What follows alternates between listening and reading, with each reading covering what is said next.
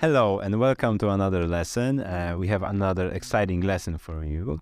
You can launch your 3ds Max this time and totally join us. We will execute a daytime scenario from start to finish with full control over every aspect of the process. Just to remind you, in the last practical lesson, we learned how to use Corona Sun and Sky. We divided our scene into 3 different layers and started to think about them separately. We started with the midground, jumped into the background, and left the foreground for last. We solved problems one by one and reached a pretty interesting and realistic depth.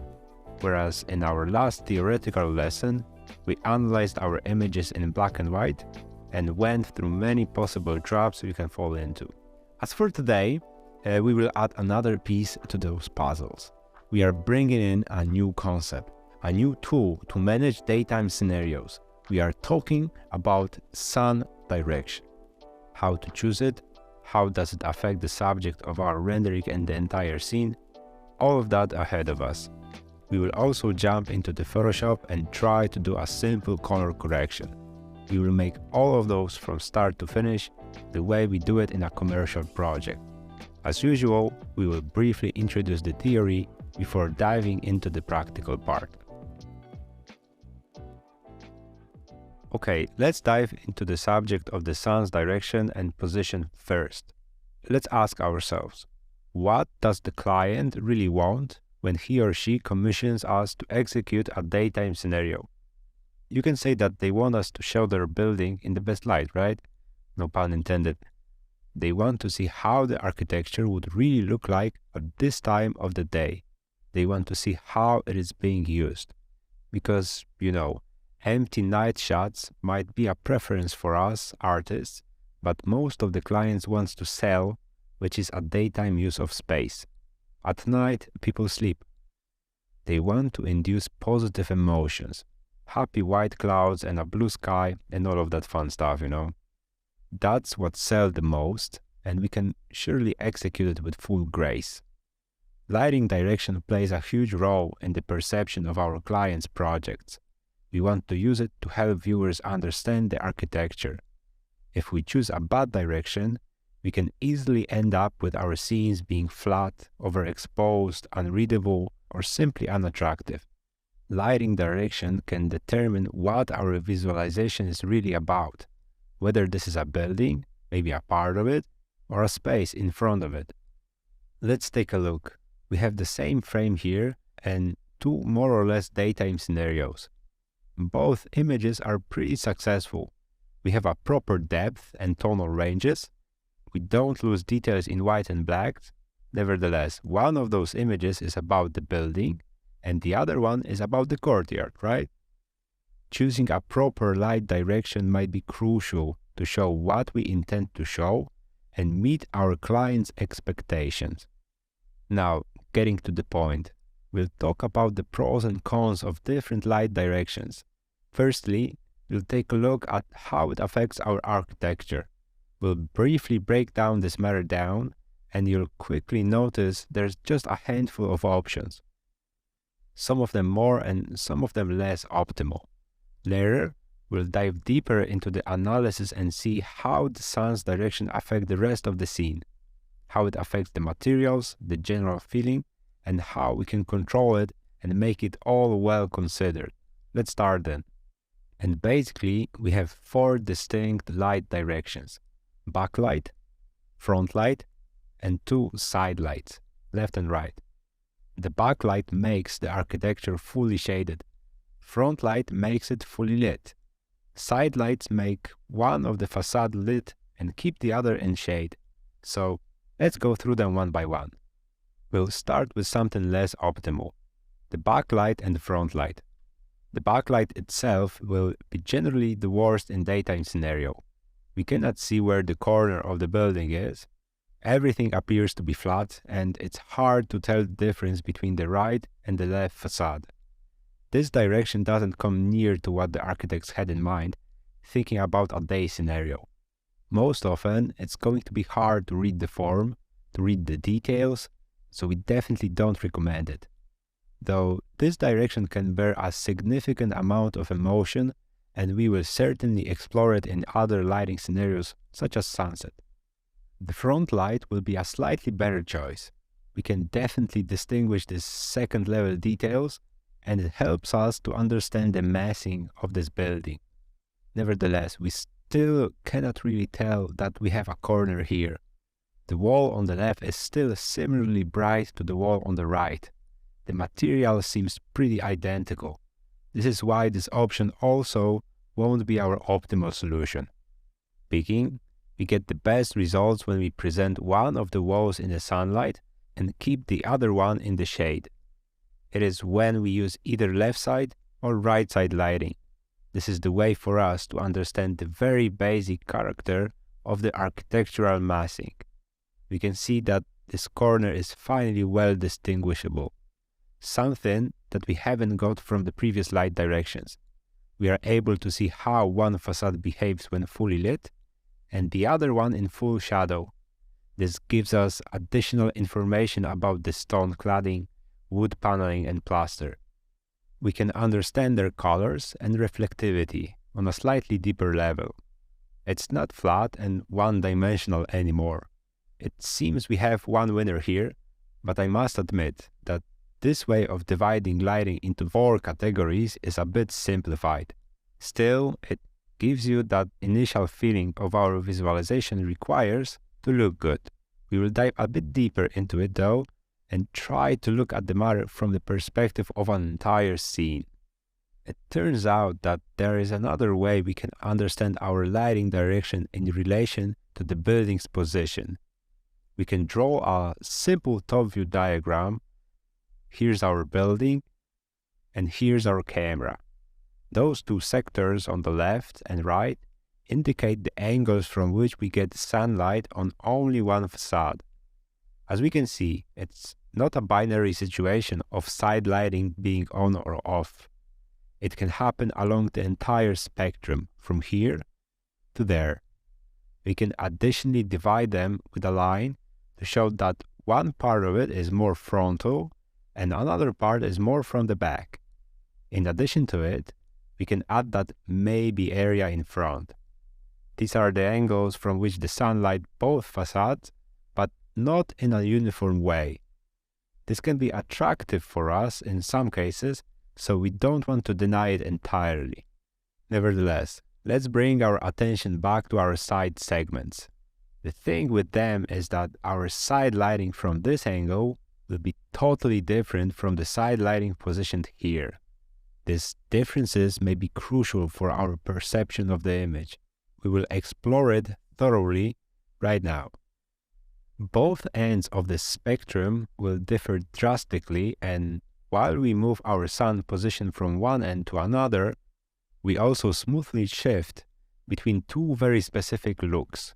The material, sky, aerial perspective, all these aspects change. We can see it clearly in these 2 examples.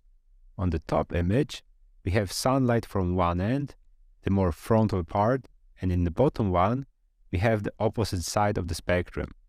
We pointed out a few important differences regarding the look of greenery, the sky, reflective objects, micro-contrast, and volumetric behavior. We will talk about them one by one, and it will become a solid tool for you to set the proper direction and evaluate whether the scene behaves properly. Firstly, we have a very distinctive difference in how all our vegetation shaders look. All plant shaders consist of 2 base colors, diffuse and translucency. Diffuse plays a bigger role when the sun shines from the front, while translucency does it when the sun shines from the back. We will talk about them much more in the next lesson, entirely dedicated to vegetation shaders. As for now, we can notice that the greenery appears to be way more energetic and fresh when lit from the back, while it's drier, darker, and more desaturated when we lit from the front. Both of these options are realistic, but we often aim from this greater-than-life experience for our clients, and this is why we often rather tend to go with the backlight appearance. Secondly, we have a visible difference between the brightness of the sky and the other objects in the scene. The sky will be relatively closer to the sun itself when we lit from the back. It will make it pretty bright, very often really the brightest part of our composition. On the other hand, when we have more frontal light, oftentimes the directly lit building will be the brightest part of the image, which can be very useful when you think about proper hierarchy in your composition. You can clearly see how the color of the sky changes in the relationship to the other objects. There is also a difference in how other materials in the scene behave, especially water. Front light let us see directly through the water. We can see the bottom, and the watercolor plays a bigger role here. Whereas when we move the sun to the back, the reflection on the water's surface became more and more important. We have a brighter sky being reflected. We see a silhouette of the building, and the perception of the bottom is way weaker. I think it is even more apparent in the scene which we have mentioned at the beginning of this lesson. Take a look at the foreground.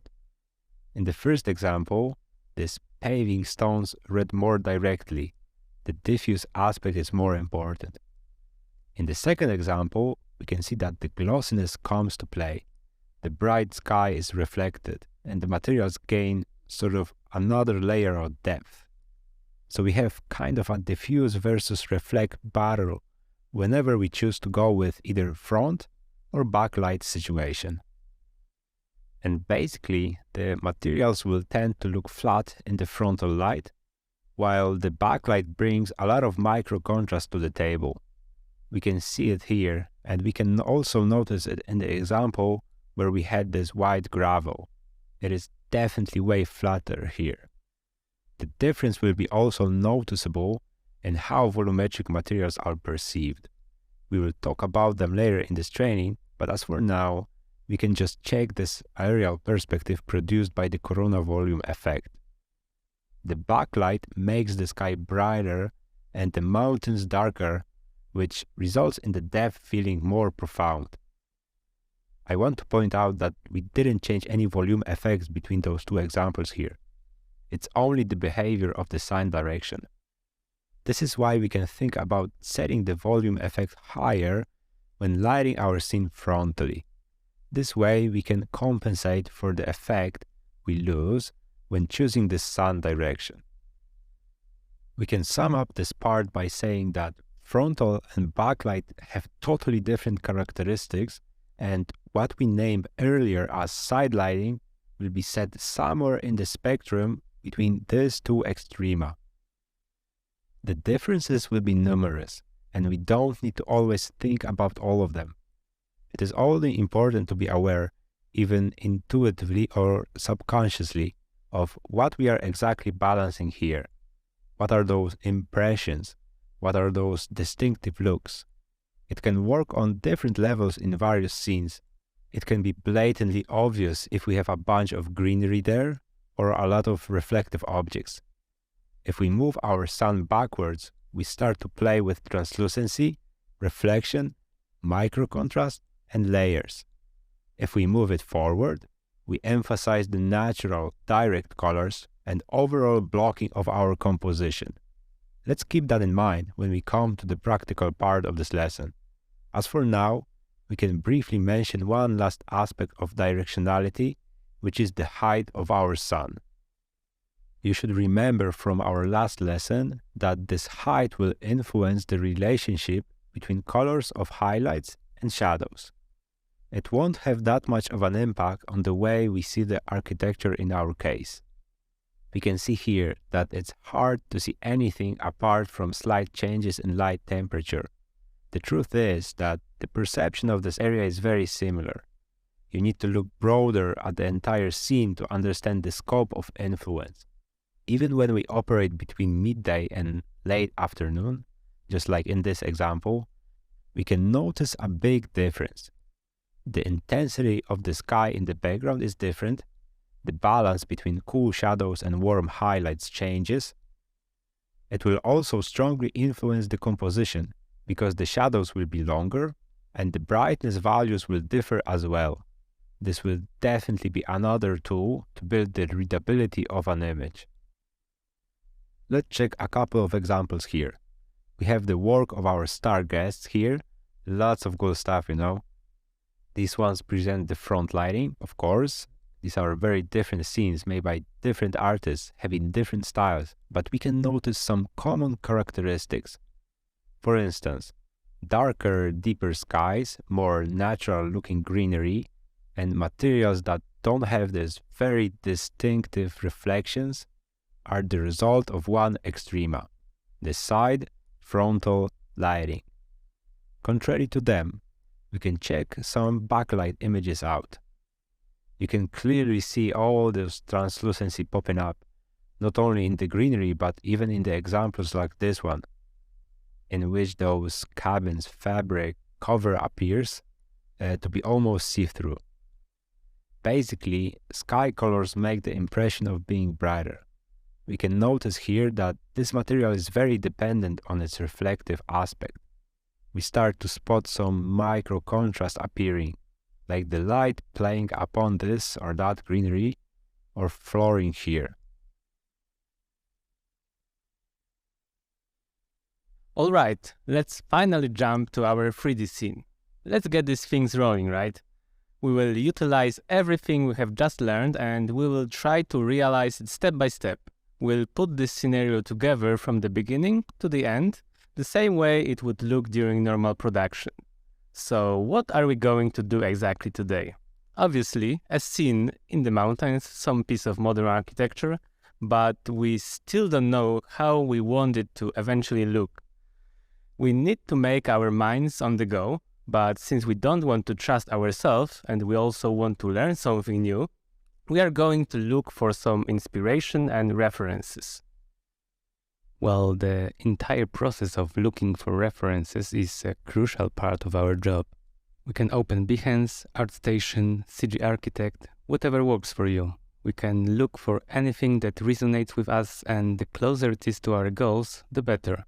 When you find something pleasing, always try to see the bigger picture first. Don't jump into analyzing details right away, but think about the overall qualities you enjoy. Contrast, tonal range, colors. You can always go deeper, but we often omit this first impression. We encourage you to be open and compare. This will be the process of building your personal benchmark in the long run. Certainly, apart from CG ArchViz, you can and should also explore other areas. I mostly mean photography here, and there is also plenty of free stock websites to use. Unsplash, Pexel, Pixabay, just to name a few. We can find some nice quality there and use it pretty freely. Let's try it out. I will type in mountain forest. Let's see if we can get inspired by some images before we jump into this scenario. There's a lot of it, so don't hesitate and do your research before starting a project. Find something that you aim for.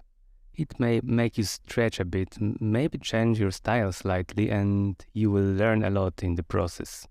It's going to be hard to find the perfect inspiration, but it's good to find anything to relate our work to.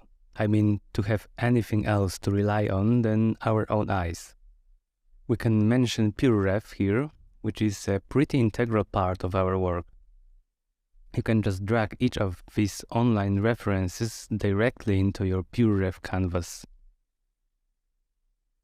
There is no need to save it manually somewhere on your disk, and you can just put your board together quicker, just like so. But we have a different image this time.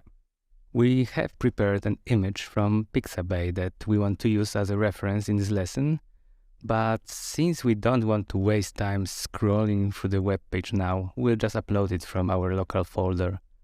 We can leave it here in the background and jump into the scene. In the beginning, we can set our viewport layout so as to fit our needs. We have 3 windows here at the moment, but we also often work in a standard quad layout, and we pretty much recommend it. We can always click here and press T to set top view, F for front view, and of course you can choose the right side, left side, or whatever is more convenient here in your situation. We have one camera view and the additional one. In the bottom view, we have Save Frame option turned on. I will turn Save Frames off to use the entire space here and press U for an orthogonal view. Pressing F3 will give us default shading and we end up with a pretty useful 3D view of our scene. This is generally a fine layout.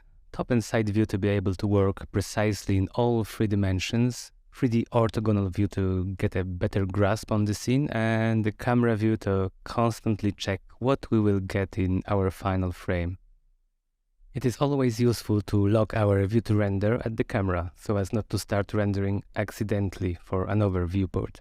Sometimes it can even crash the scene if we are unlucky, so it's worth taking care of at the very beginning. Okay, it's time to set our lighting system. We use Corona Sun and Sky again, so we insert the sun,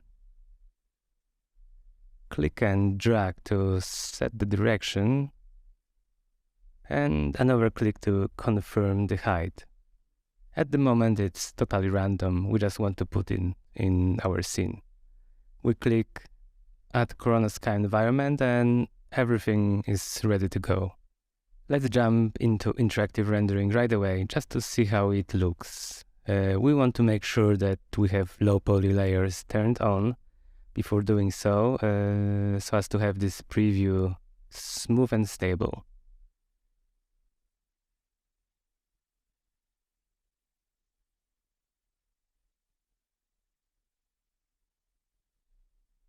The rendering probably doesn't look that great. Again, it's the same situation as the last time, and we will solve the problems one by one. You can see now, being richer in knowledge from the last lesson, that our tonal range is far from perfect. As for tone mapping, we will execute this lesson with a default ACES operator. Last time it was Filmic, just to remind you, so it's a good chance to try something new, especially now after we learned a bit about tone mapping. We only need to lower exposure,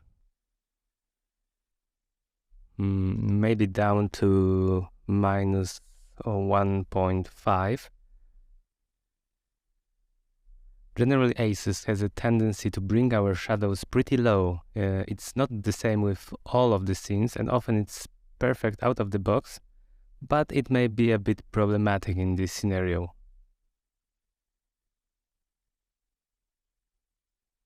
I usually compensate for it with a tone curve when it happens.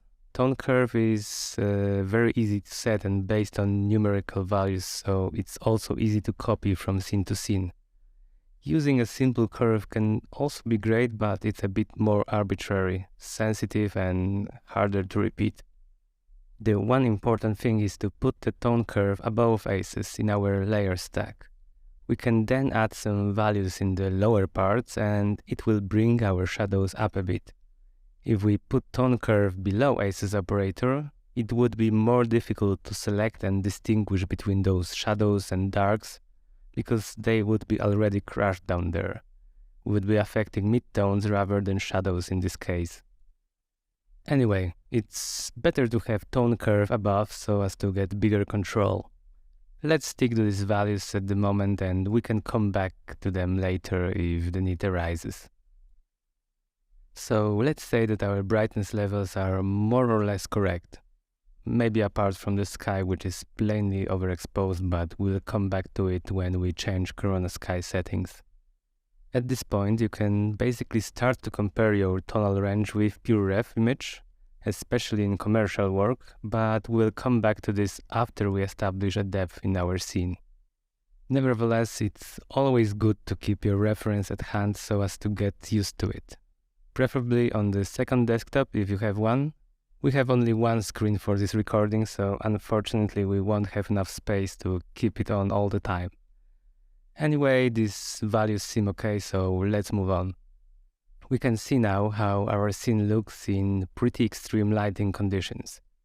We can freely move the sun around and just see how our scene changes. This alone should give you a lot of information about what to expect, how it behaves, and whether the shaders are set correctly. And by the way, we will show you what does it mean to have a proper greenery shaders in just 2 lessons from now. Pretty interesting stuff if you ask me. This should be sort of a playground for you, and the time you spend at this stage will be beneficial later on. So let's have some fun. You can see how the height of the sun influences the perception of the scene, its colors, and the brightness of the light.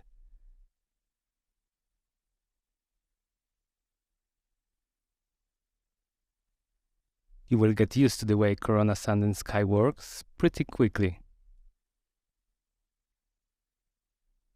You can always expect some happy accidents, and one of the Corona Sun and Sky advantages is how versatile it is, and that you can test right away everything you can think of. Various scenarios, colors, directions, all of it right out of the box without getting into any advanced settings. Alright, maybe it's time to finally decide on some light direction. I think we would like to light the wall on the right side of the building.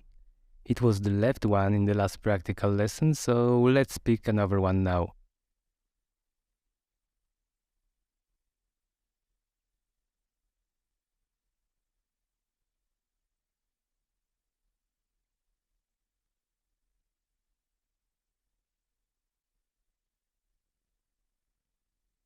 I set it up so as to have that slightly visible micro contrast on the shaded facade, so the sunlight hits it pretty much at the grazing angle.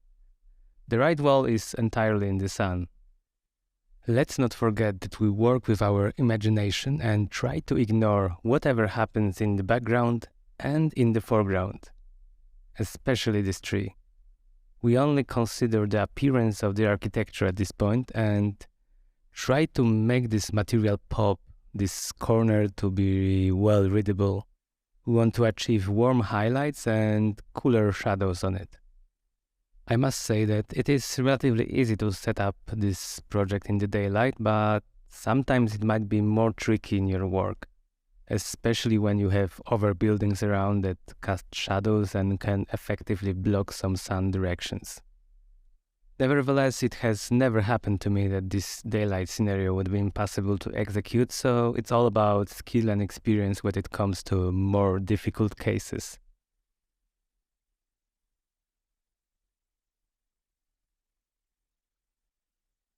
Okay, I think this option is pretty neat.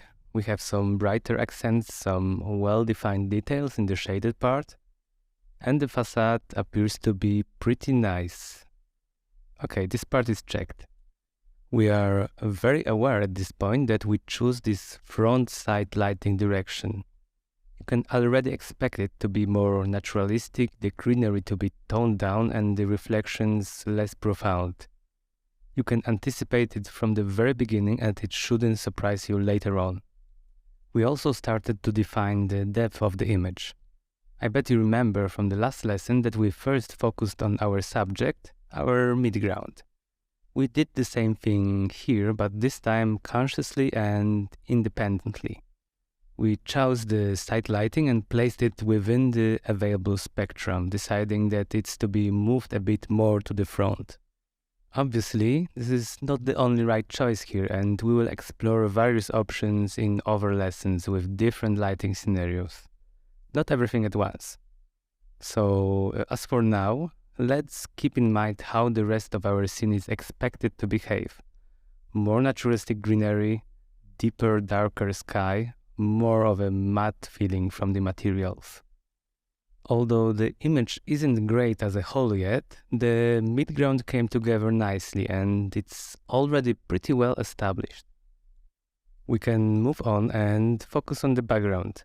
We will add aerial perspective now to tone down this part of the image to make it less relevant. Let's open Material Editor and Render Setup, and we've got our Corona Sky here, and let's just turn Volume Effect on.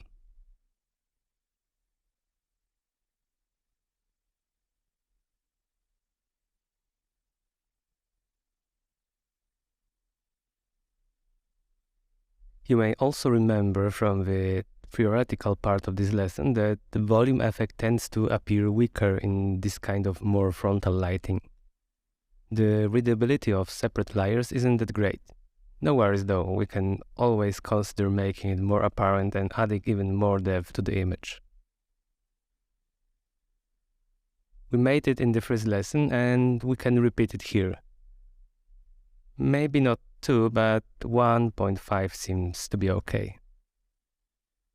The other thing is that the sky is still way too bright, so just like the last time, we can set a higher altitude value and bring it down a bit. Higher altitude also influences the look of the aerial perspective. Its color changes, so there is still some space to adjust it now. I might come back to 2 in the end.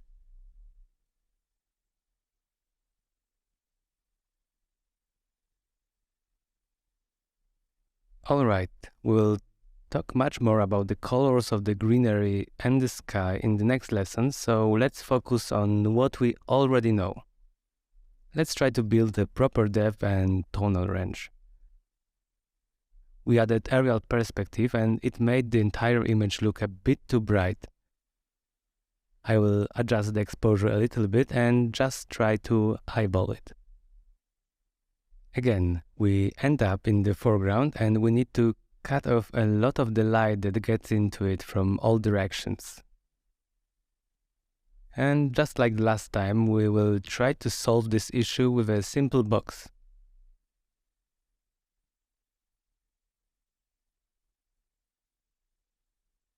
So let's create a box here, behind the camera. And let's add a basic corona material.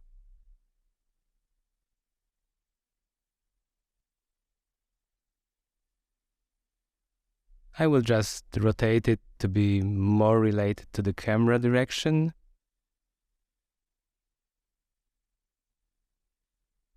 And perhaps lower it down so the foreground is not covered in shadows that much.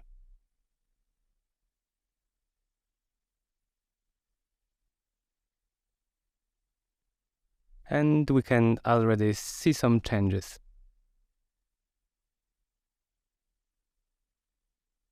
But we encounter a problem of a different nature. Suddenly, it is pretty obvious that we have this box here. There's no shadow now with the new sun's direction, and this sharp, straight line becomes pretty obvious. We cannot hide it that easily. But as we said, the box is just the most trivial option, the simplest solution, and we can build on it. We have a bunch of other objects at hand, and a tree is always a good addition if we want to soften the edges. Let's take this one. It's a Corona proxy, which I will copy and set it to display as a point cloud. This way, we'll be able to at least estimate its shape. And you can instantly see, after I brought it forth, that something starts to happen. I will try to maybe dangle it a bit here, along this edge. I will see how the foreground behaves and what feedback it gives to me. We can see the shadow, and I would really like it to be cast on this tree, but without covering the entire lawn at the same time. Doesn't want to work like this, but we can always slightly rotate it so as to have more of it at the top and less at the bottom.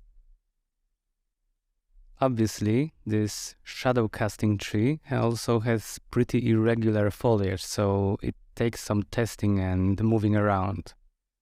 We can have a protruding part of the shadow from the individual branch and then a bigger clearing just next to it. Our goal is, as I mentioned, to cover the tree on the left side, at least its main trunk, and leave the lawn relatively sunlit. Alright, there is always an additional opportunity to turn our orthographic camera so as to align it more or less with our sun's direction,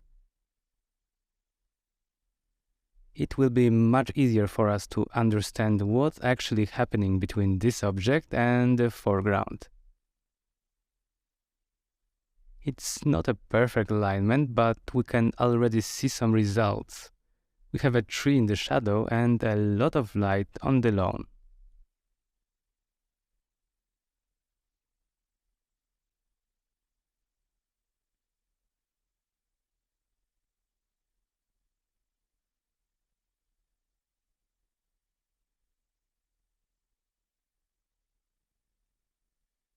This amount of detail tweaking is very typical. It might seem a bit clumsy, but spending some time on it is usually worth it. Okay, I think it is fine now. And of course, the box behind the camera works as well, even if this influence isn't that obvious now. If we remove it, we can clearly see that it cuts the direct lighting in the closest foreground and blocks a bunch of indirect lighting from the sky. You can notice it easily in the more reflective objects like stones or bark material. Therefore, it's pretty important to leave it there, although it might falsely appear that the tree is doing the entire job here. Okay, so we are in a pretty good spot, and now we need to make sure that our values are fine. We can come back to our PureRef, set it to grayscale, always on top, and mode to overlay selection. So we have our reference image docked here. And now we want to see also our scene in black and white, so as to be able to compare them. So as we mentioned in the previous lesson, we don't want to do it by bringing saturation to -1, because it's a slightly different operation giving different results. We need to do it by applying black and white LUT that is included in our training.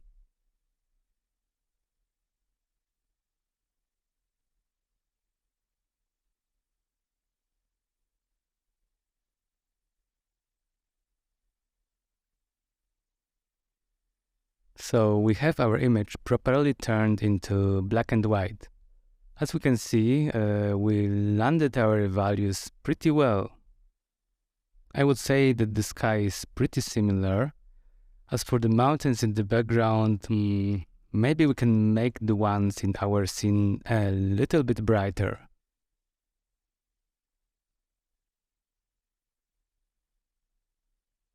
Okay, so we boost the aerial perspective by increasing corona volume effect value.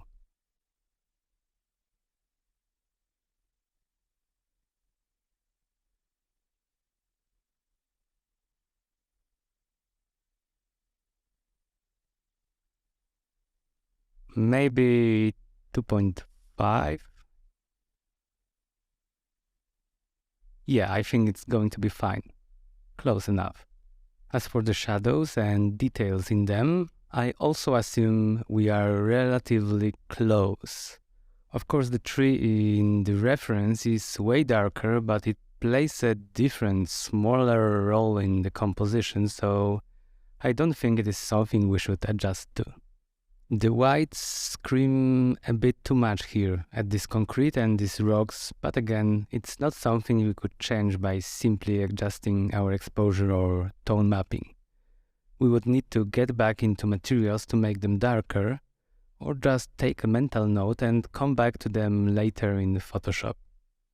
That comparison went fine, I think. We can turn off that always on top option to get rid of PureRef for now. We can also turn off black and white LUT, and all seems on track.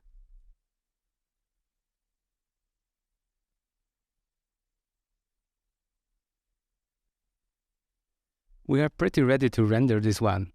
Let's just set up all the render elements that we expect to need in post-production. It's the first time we are doing this, and there is a lot to choose from. You don't need to feel overwhelmed though, because we will just select a handful. We'll discuss other ones in the next lesson, but as for now, as I mentioned, we want some masks which let us apply adjustments in Photoshop selectively to chosen elements of the scene. Each mask allows us to assign grayscale or primary colors to selected objects. We usually use this RGB mode with which we can render these selections as pure red, green or blue.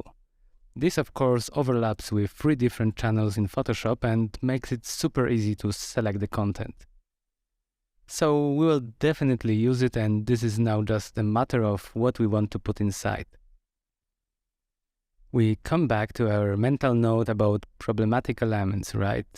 We remember that we wanted to have additional control over that concrete and those rocks because they were just too bright. On the other hand, it will just be universally useful to have an output for important architectural elements like the stone wall or the glass. The ability to modify them is always handy.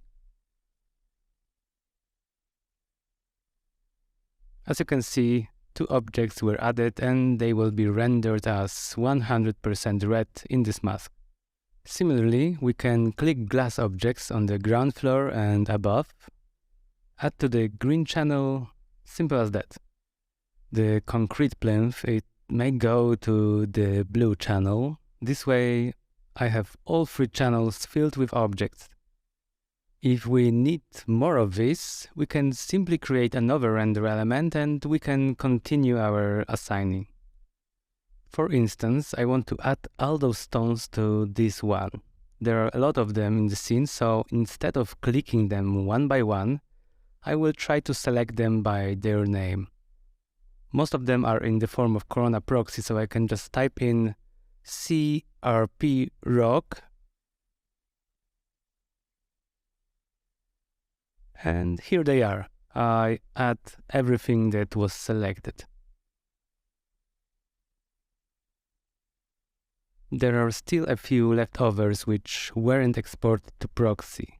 They have different names starting with rock something, but there's just a handful of them, so I can easily select them manually.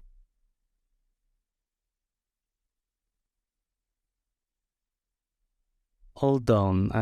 Oh, and one more that is left here. We can add them to the red channel, and here we are, 70 objects added in total. What else could be needed? I think that would be definitely this tree in the foreground. We'll be able to darken it if it's still too bright after rendering. I would select it straight in this camera view. And of course there will be also a bunch of background objects, so I will jump to the top view to quickly deselect them. And there are some corona scatters on this tree, so we need to take them into consideration. If we want to add them to our mask layer, we need to add source objects that are scattered. We have them down here, twigs and moss. That's our 5th selection in total, and I think that's enough.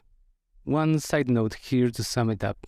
If you want to selectively mask some greenery in the scene, make sure that you have these high poly production layers turned on, because all the vegetation will differ a bit. Okay, what's more here, if we are talking about masking, I usually save also wire color and ID. They might be not the most convenient ones to mask, because usually we have pretty random color there. Wire color is assigned randomly when we create an object and stays the same when we copy it. ID masking is even more all over the place, because by default it marks all objects in the scene with random colors. Nevertheless, it often turns out that we forgot to mask something on purpose and we have to help ourselves with these substitutes. I think that it's always good to have them at hand, and this is something I always turn on when rendering. And it's basically all that we need here. Everything is set, render elements are set, we can start our production rendering.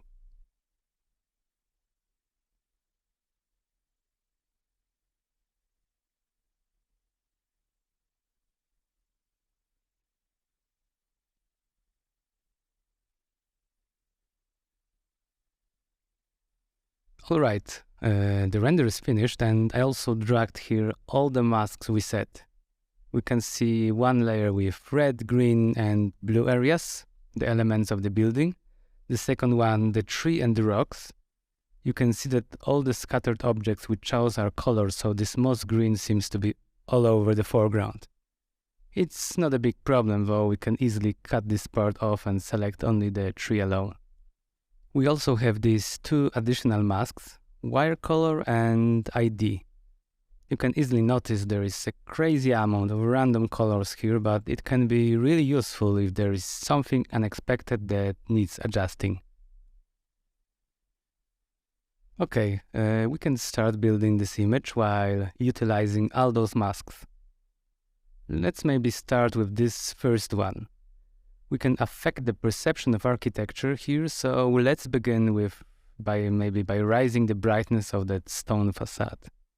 Some other parts of the scene, the rocks, the plinth, are brighter at the moment and would like them to interchange. And because we have that RGB mask, we can get into the Channels tab and see how the layer is split into three: red channel, green channel and blue channel. Each one is built of grayscale information that determines the pixels with the specific color present. We can easily select that white area.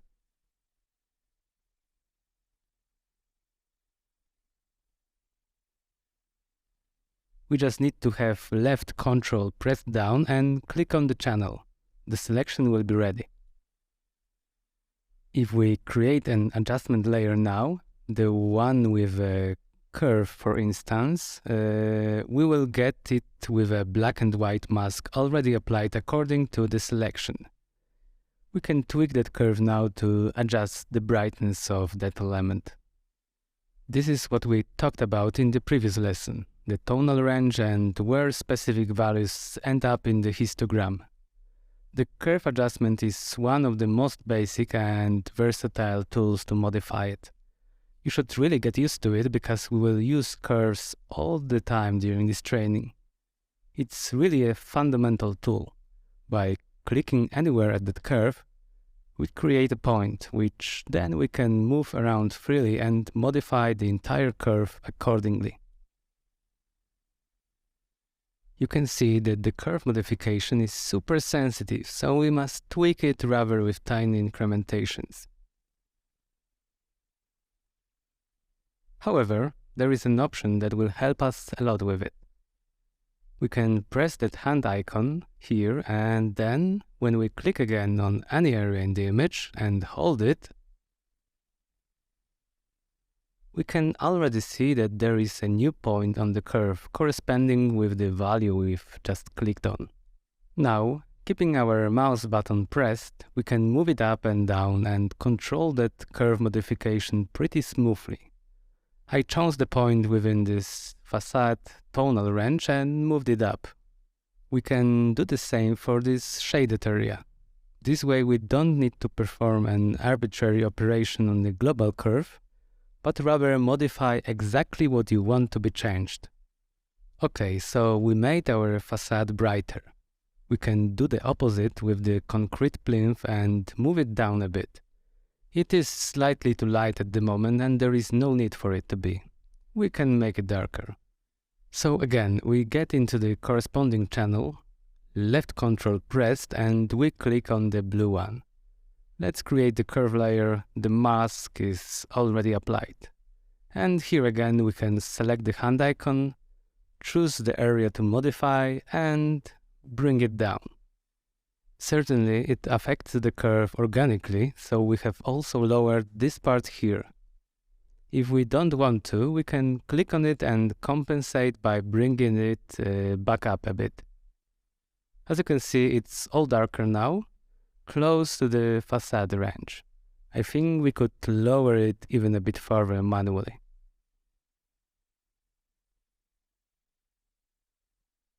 Okay, it should be fine now. As for the brightness adjustment, I suppose we still could take care of these rocks. They are masked on the second layer. We press left control, click the red channel and create the curve layer. And once again, we lower this range. This finally allows the facade to pop in the composition without any arbitrary elements being much brighter than it. Maybe just a few small ones left, like this deck and this wall. However, we haven't thought about masking them and they are not present in any of our two prepared layers. Fortunately, we still have wire color or ID to come to the aid. And here you can see this wall is distinctly green, so we can use it. I will pre-select this area and choose Select, Color Range. I can pick the color of the wall and adjust the tolerance, which can affect the anti-aliased borders. I usually try to land in the middle, but you can follow this black and white preview of the selection. Let's go. We've got the selection, new adjustment layer, and again we can modify the area of this wall.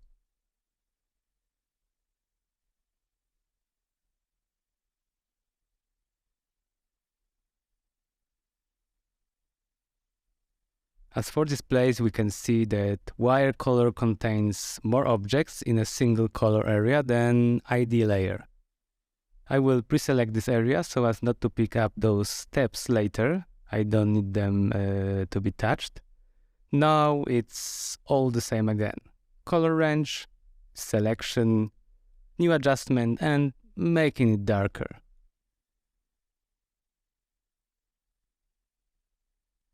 Great. The only thing that is left is the tree in the foreground. Green channel, selection, adjustment layer. I think we should lower it a bit, especially here in the brighter parts of the trunk, where the bark is visible.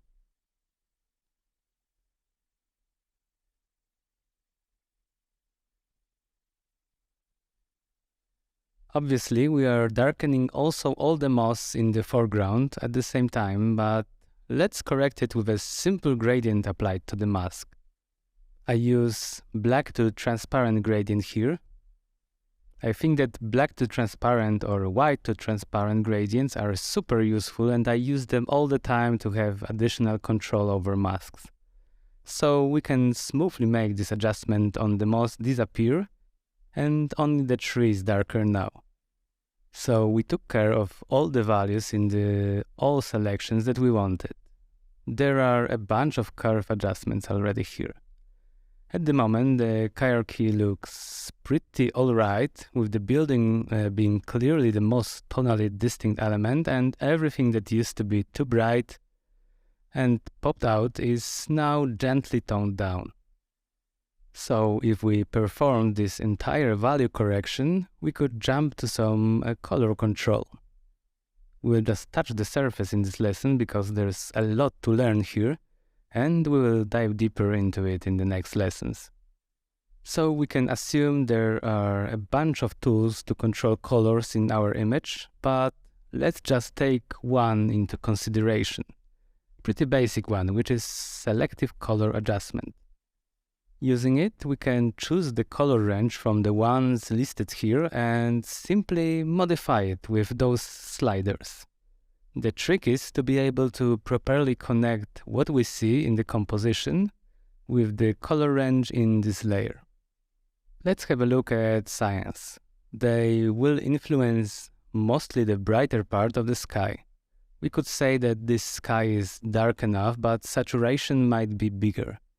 Maybe slightly less purple magenta because it should make it more commercially viable.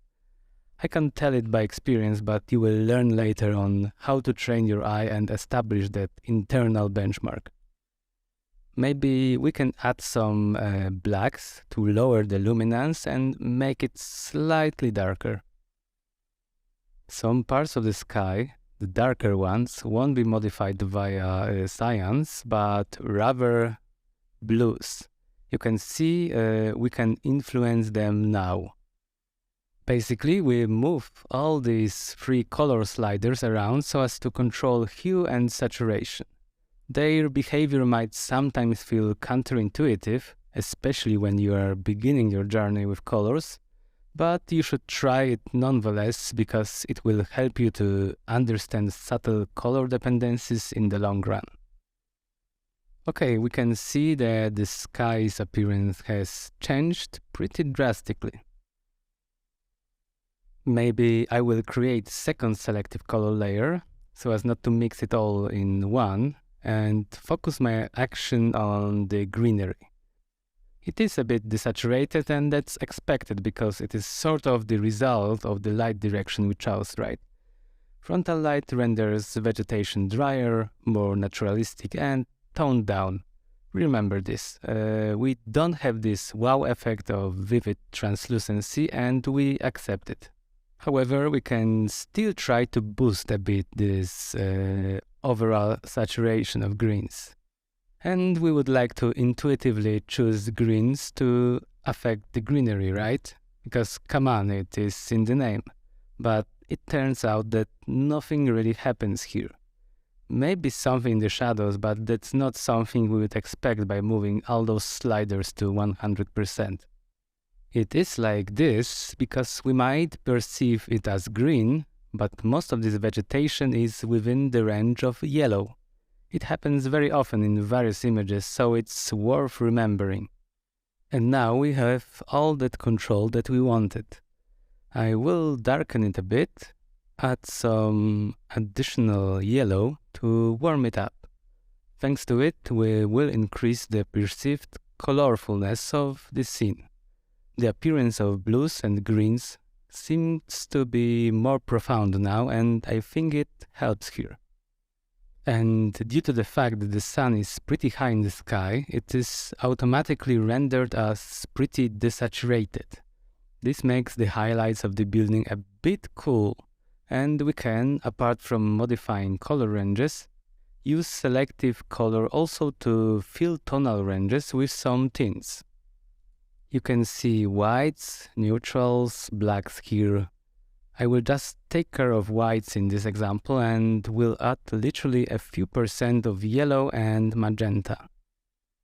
The highlights will be slightly warmer, but this is a very gentle touch. You don't want to overuse it though, it can easily become extremely tinted. That's it for the colors. We can only add a vignette yet.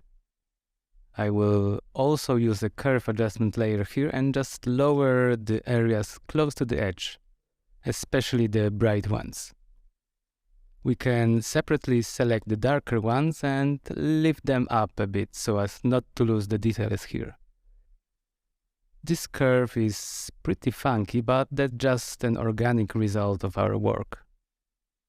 I will now apply full black color to the mask and use white to transparent gradient to introduce just some darkening on the edges.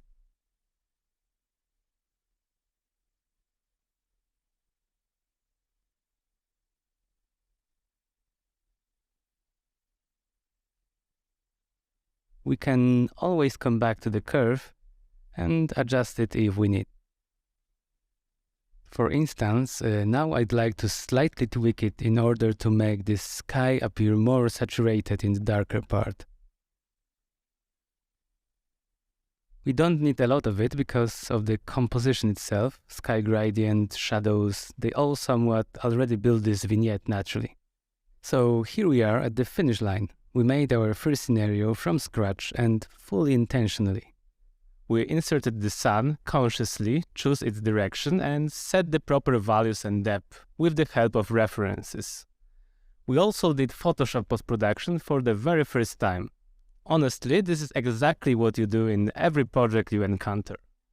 We hope you enjoyed this one, and that's all for now, and in the next lesson, we'll dive into the world of HDRIs.